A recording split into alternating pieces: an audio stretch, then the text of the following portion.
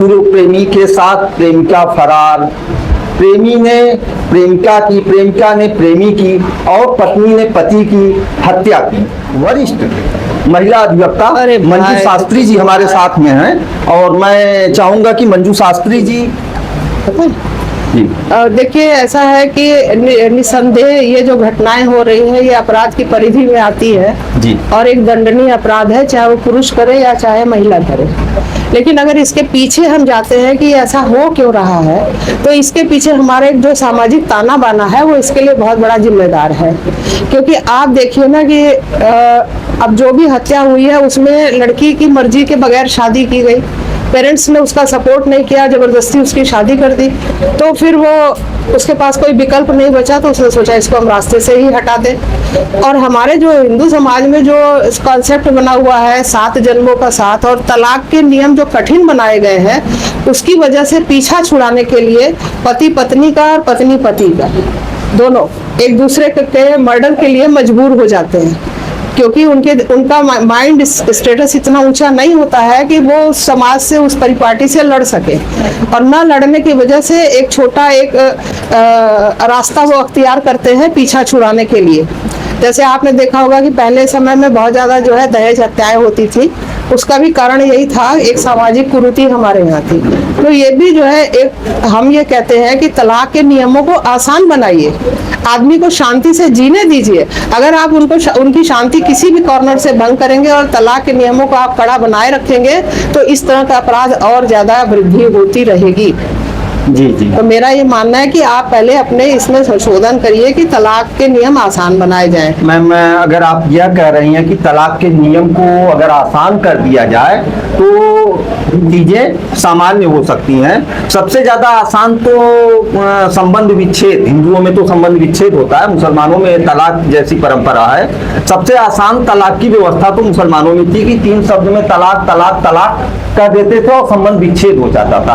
पर यह जो घटनाएं हो रही हैं सिर्फ हिंदू समाज से नहीं हो रही हैं, मुस्लिम समाज के लोग भी शामिल हैं इसमें, क्रिश्चियन समाज के भी लोग शामिल हैं, जहां पर कि बहुत ही आसान है कि एक दूसरे के साथ हम संबंध विच्छेद कर सकते हैं। तो क्या सिर्फ और सिर्फ तलाक की व्यवस्था या संबंध विच्छेद करने की कानूनी व्यवस्था को अगर आसान कर दिया जाए तो इन घटनाओं पर रोक लग सकता है? देखिए, जब तक मुस्लिम धर्म में जब तक ये तलाक का नियम नहीं आया था, जैसे जो अमेंडमेंट हुआ है जिसमें 3 तलाक पर प्रतिबंध लगाया गया है, उसके बाद से ही मुस्लिम समाज में इस तरह की घटनाओं में इजाफा हुआ है, बढ़ोतरी हुई है। ठीक है, इसके पहले हमने एक बार अपने जौनपुर जनपद में 30 साल का रिकॉर्ड निकाला था।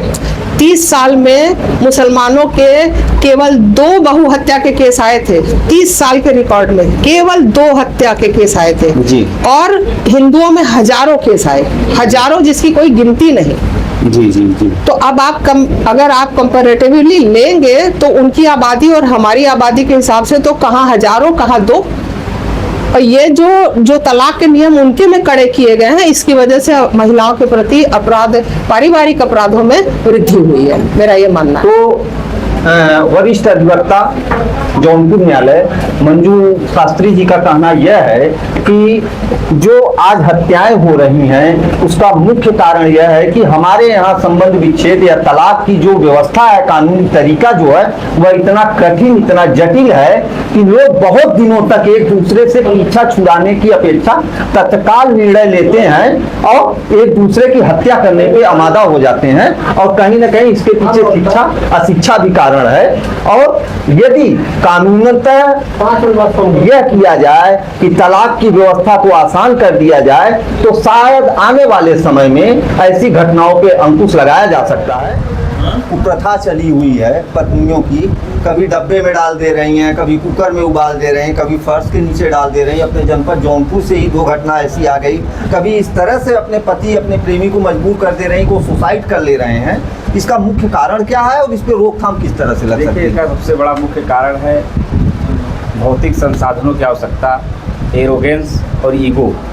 सबसे बड़ा मुख्य कारण है जो बड़े भाई राउत तिवारी जी ने बताया कि कम्युनिकेशन गैप, बच्चों का अपने माता पिता जो कम्युनिकेशन गैप है, शादी विवाह के जो ये संस्कार में बधे हुए हैं कि अगर कोई शादी विवाह घर में चर्चा होती है तो उसकी हिम्मतें नहीं पड़ती है अपने माता पिता से कह दे कि पिताजी को यहाँ शादी नहीं करनी, हमारा कहीं और कुछ रिलेशन चल रहा है। तो माता पिता का बच्चों से जो कम्युनिकेशन गैप है गार्जियन का, वो 100% समाप्त जब तक नहीं होगा तब तक इस प्रकार की घटनाएं नहीं घटेंगी। जी। और तलाक का जो हिंदू लॉ में नियम है उसको अति सरल बनाना पड़ेगा, नहीं तो एक तलाक का मुकदमा यहाँ 20-20 साल 15-15 साल चल रहा है, वही नहीं है। जब तलाक का नियम सरल होगा, खर्च से तलाक हो जाएगा तो लोगों को अवसर मिलेगा, अवसर मिलेगी, हत्या क्यों हो रही है। उसी क्रम में वरिष्ठ अधिवक्ता दीवानी न्यायालय श्री ज्ञानेंद्र प्रताप सिंह जी हमारे साथ में हैं। यह आपको बताएंगे कि ऐसा क्या कारण है कि आजकल महिलाएं पुरुष की हत्या कर दे रही हैं, पत्नियां और प्रेमिकाएं इतने निर्मम तरीके से हत्या कर रही हैं कि वो खबर बन जा रही है। हर दूसरे से तीसरे दिन ऐसी घटना न्यूज़पेपर और चैनलों में देखने के लिए और सुनने के लिए मिल रही है। तो यह क्या कारण है और इसका निवारण क्या, किस तरह से इस पे रोकथाम की जा सकती है, रोक लगाई जा सकती है? इस समय जो कानून आपका बना है जी ये सबसे ज़्यादा इसके लिए जिम्मेदार है जी। क्योंकि महिलाओं के लिए सारा कानून उन्होंने बना दिया है, लेकिन मर्दों का अगर उत्पीड़न होता है जी। तो उसके लिए कोई कानून नहीं है। अगर किसी 4 बच्चे की महिला किसी के साथ भाग जाती है जी। तो पति के पास कोई उपचार नहीं उसे वापस लाने का। तो इसी तरह से और भी कानून है, चाहे पॉक्सो एक्ट का हो चाहे जो भी हो, यह कोई नहीं कहता कि पहले फर्जी रोका जाए। जी जी। सब कहते हैं कि भाई ये अपराध रोका जाए और किसी तरह से जीरो टॉलरेंस। तो जीरो टॉलरेंस इस पर भी होना चाहिए कि अगर गलत हो रहा है, गलत फंसाया जा रहा है, इसके विषय में विचार होना चाहिए। तो हमारा जो कानून जो है, ये जो प्रोटेक्शन दिया है इन लोगों को, वो इनके बहुत ज़्यादा इसका कारण हो चुका है। जी जी जी। और दूसरी चीज़ समाज में जो गिरावट जो है, अवमूल्यन हो गया है, कोई किसी संबंध कोई कीमत नहीं रह गई है, ये भी एक बहुत बड़ा कारण है। क्या यह जो तलाक की कानूनी प्रक्रिया है हिंदू लॉ में, वह भी क्या इसके लिए जिम्मेदार है? बिल्कुल है, बिल्कुल है, बिल्कुल है। कानूनी प्रक्रिया तो आपकी जो है ना जी, ये इनिशियली सही नहीं है, प्रैक्टिकल सही नहीं है। प्रैक्टिकल सही नहीं, क्योंकि प्रैक्टिकल जो होना चाहिए सुधार, जी। जो वर्तमान समय को देखते हुए जो बदलाव होना चाहिए वो बदलाव नहीं होता। क्योंकि जो भी कानून बनाए जा रहे हैं सब वहाँ एसी रूम में बैठ के बनाए जा रहे हैं, और यथार्थ के धरातल पे बस यहाँ पर क्या सही है क्या ज़रूरी है ये कोई नहीं सोचता। जी जी जी। इसीलिए आज तक जो कानून बने हैं, जो बन रहे हैं, वो फ्लॉप होते जा रहे हैं, और न्याय व्यवस्था जहाँ तक है वो सबसे गई गुजरी हो गई इस समय, अगर सही पूछा जाए जी। क्योंकि कुल मिला के गरीबों के लिए और ऐसे लोगों के लिए जो दबे कुचले उनके लिए न्याय रही नहीं गया, उन्हीं के लिए ये सारा कानून है जी, बाकी के लिए कुछ नहीं जी।